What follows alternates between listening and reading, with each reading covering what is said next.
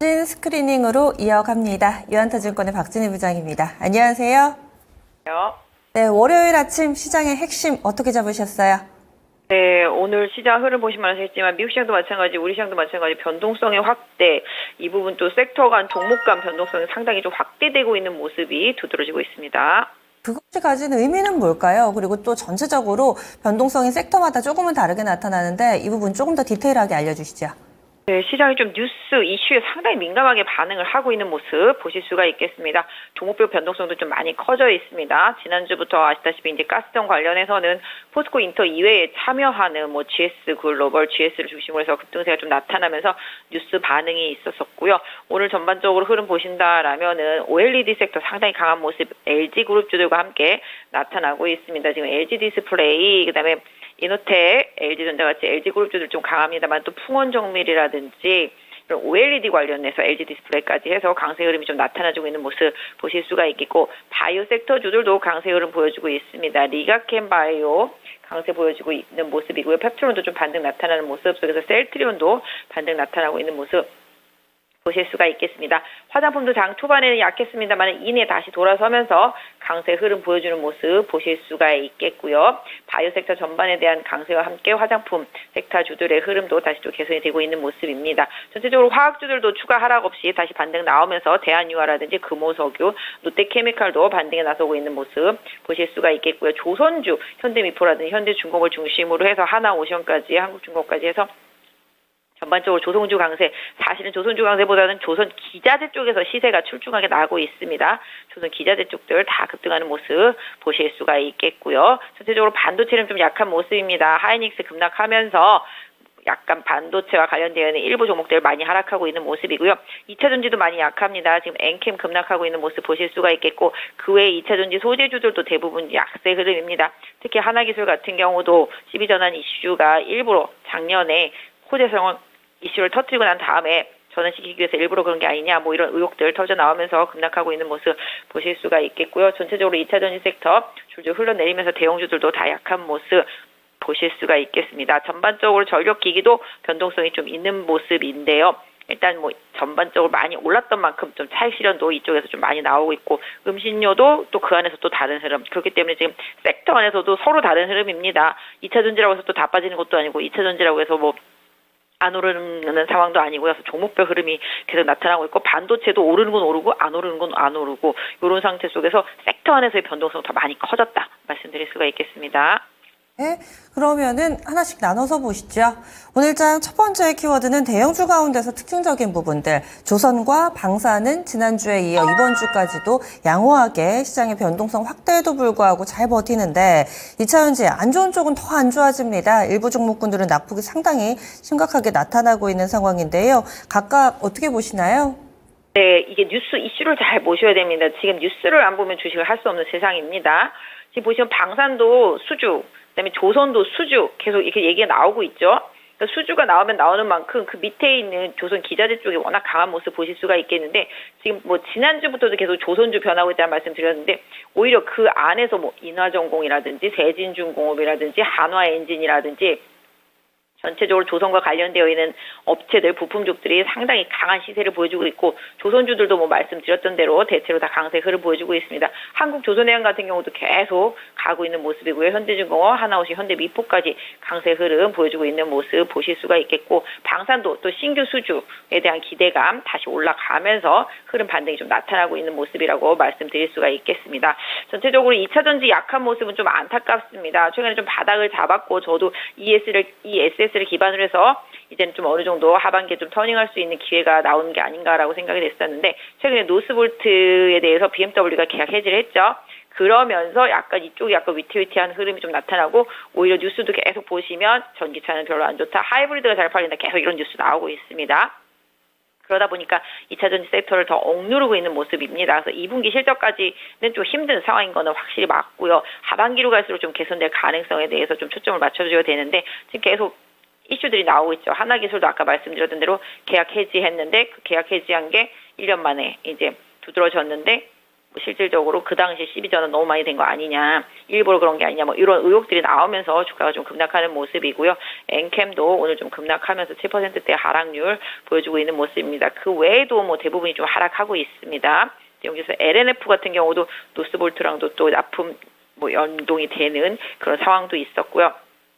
거기에 좀 납품하려고 했던 업체들, 납품하고 있는 업체들 위주로 좀 하락세가 좀 두드러지는 모습이다. 좀 말씀드릴 수가 있겠는데요. 일단 2차 전지 쪽들은 조금 시장에서 뭐랄까요, 안 좋은 뉴스들이 조금 수그러들거나 그 반응도가 떨어지는 시점을 조금 더 기다려 보시되, 그럼에도 불구하고 우량주들에 한해서는 하락하면 전 저점 이탈하지 않는 선에서는 좀 관심 분할로는 조금 하반기를 노리면서 좀 필요하겠다 좀 말씀드리겠고요. 조선과 방산 섹터 역시 추세 대응 계속 좀 필요하다라는 말씀 좀 드리겠고, 수주가 계속 이어지고 있는 만큼 이 수출과 관련되어 있는 이슈를 품고 있는 섹터주들은 계속 추세 흐름을 좀 따라서 보시고, 뭐 조선 기자재들도 그 안에서 좀 순환매 상대적으로 덜 오른 종목들 찾기 조금 필요할 수 있을 것 같습니다. 2차 전지 대표주들 직전 저점 이탈 가능성도 크게 보세요? 일단 이게 지금 보시면 아시겠지만 제가 봤을 때는 대표 종목들이 저점을 좀 이탈한다?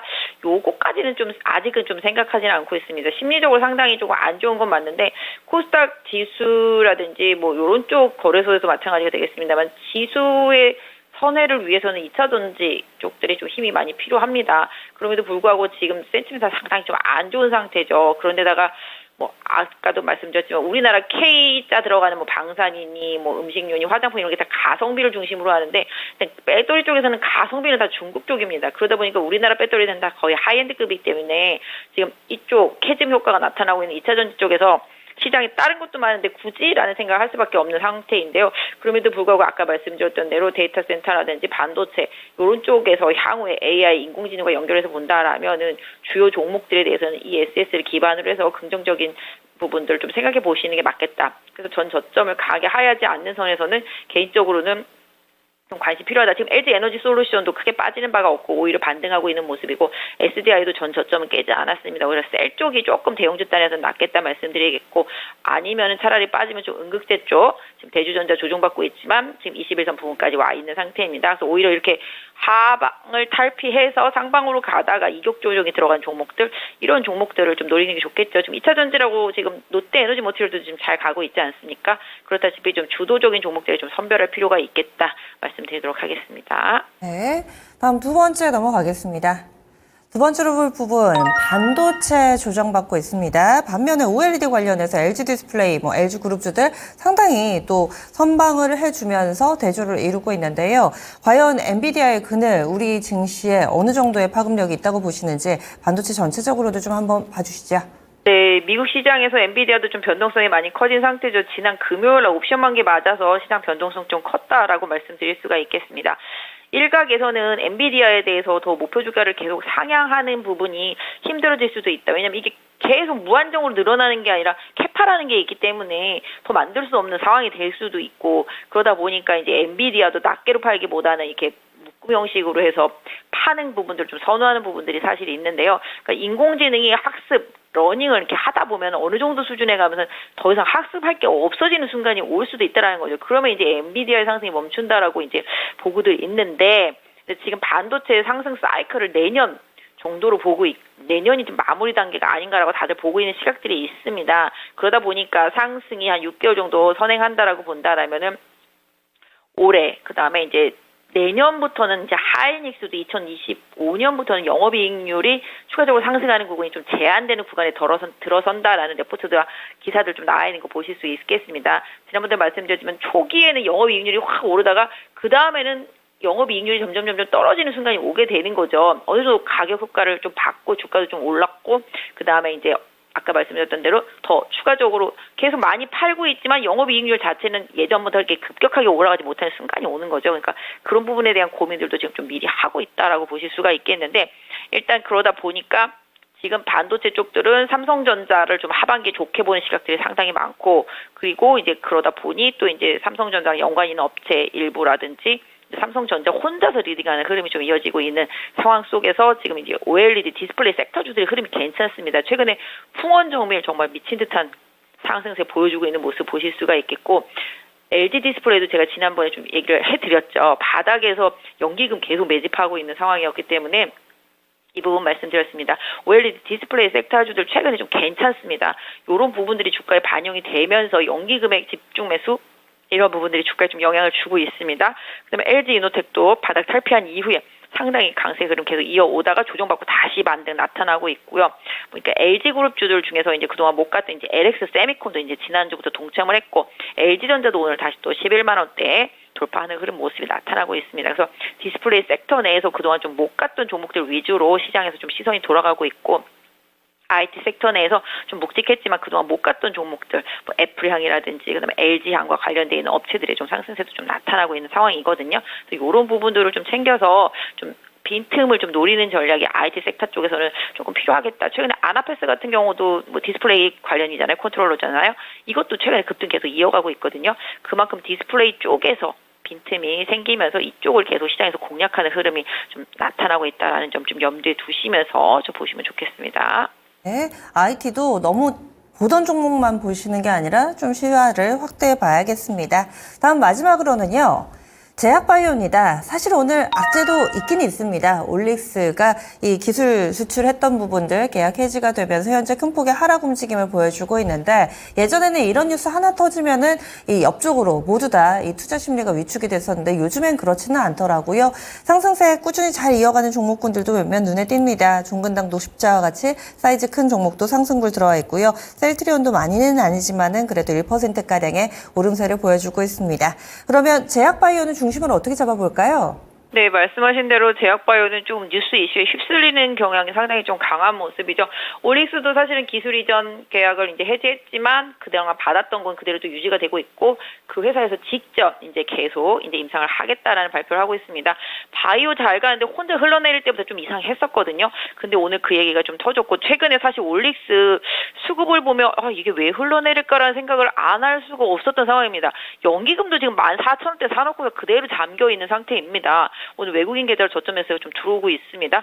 낙폭은 컸습니다만 낙폭을 좀 줄이고 있는 상태라고 말씀드릴 수가 있겠고 최근에 보시면 이제 뭐 에이프릴 같은 경우는 이제 기술 이전 계약하고 나서 이제 급등하는 모습이 나타나고 있고 금요일 IR하고 리가캠 반등 나오고 있는 모습입니다. 그래서 전체적으로 제약바이오 섹터 내에서 흐름이 잘 나타나고 있고 지난번에 큐리옥스도 말씀드렸었는데 이것도 반등이 계속 좀 나오고 있는 모습입니다. 미용 쪽하고 의료기기 쪽들의 흐름 보면은 이제 바닥 잡고 또 조정받고 다시 반등하는 흐름. 최근에 조정 많이 받은 이제 JLK 같은 경우도 오늘 좀 반등이 좀 나타나고 있는 모습 보실 수가 있겠고요. 전체적으로 제약바이오 섹터 안에서도 뉴스가 이슈가 조금 필요합니다. 올릭스 같은 경우는 아까 말씀드렸던 대로 악재가 터져서 빠진 경우고 최근에 좀 기대감이 좀 많이 오른 게 이제 삼천당 제약인데 삼천당 제약도 추세는 계속 유효한 상황입니다. 그래서 전체적으로 제약바이오 그다음에 미용 화장품 이런 쪽으로 계속 이슈가 이어지는 쪽들은 추세가 꺾이지 않는다라면은 주도주들의 흐름을 계속 봐주시는 게 좋겠죠. 파마 리서치도 저평가 리포트 나오고 나서 오늘 초강세로 올라오고 있는 상황입니다. 뭐 2차 전지를 말하긴 그렇지만 DS 단석 같은 경우도 상장 이후에 최바닥까지 떨어지고 나서 최근에 수급 개선되면서 2차 전지와는 다르게 올라오고 있는 것처럼 약간 좀 낙폭 과대한 상태에 있는 종목들한테 계속 좀 시선이 돌아가고 있는 상황입니다. 지금 바이오를 말씀드리고 있지만 개인적으로 봤을 때는 지금 로봇 섹터도 저점이 아닐까라는 생각. 그래서 두산 로보틱스라든지 그다음에 그 외에 다른 로봇주들도 접점을 강하게 하야하지 않는 종목들에 한해서는 관심을 갖고 보시고 지금 엔터주들은 뭐 일단 2분기 실적까지는 기대할 게 없으니 좀 바닥인 것 같고 게임 같은 경우는 뭐 계속 말씀드리지만 이슈가 계속 있습니다. 8월에도 있고 뭐 계속 이제 기업들의 신작 효과들도 계속 있고요. 그러다 보니까 오늘 보시면은 이제 펄어비스라든지 네오위즈라든지 뭐 이런 쪽들이 좀 강한 흐름. 그래서 좀 섹터 안에서 뭔가 뉴스 이슈를 품고 있는 종목들 위주로는 좀 강하다. 좀 말씀을 드릴 수가 있겠고 지금 말씀드린 과정 중에서 현대, 기아, 뭐 금융지주 이런 쪽들도 지금 계속 반등 시도를 하고 있습니다. 지난번에 제가 금호타이어도 타이어 좋은데 실적도 좋은데 못 갔다 말씀드렸는데 오늘 좀 반응이 나오고 있습니다. 그래서 궁극적으로는 7월달 가면 실적 시즌이라는 점을 염두에 두시면서 종목 무차별적으로 간다는 생각하지 마시고 좀 선별하면서 이번 주도 좀 대응하셨으면 좋겠습니다. 네, 알겠습니다. 오늘 말씀 고맙습니다. 네, 감사합니다. 네, 유한타증권의 박진혜 부장이었습니다.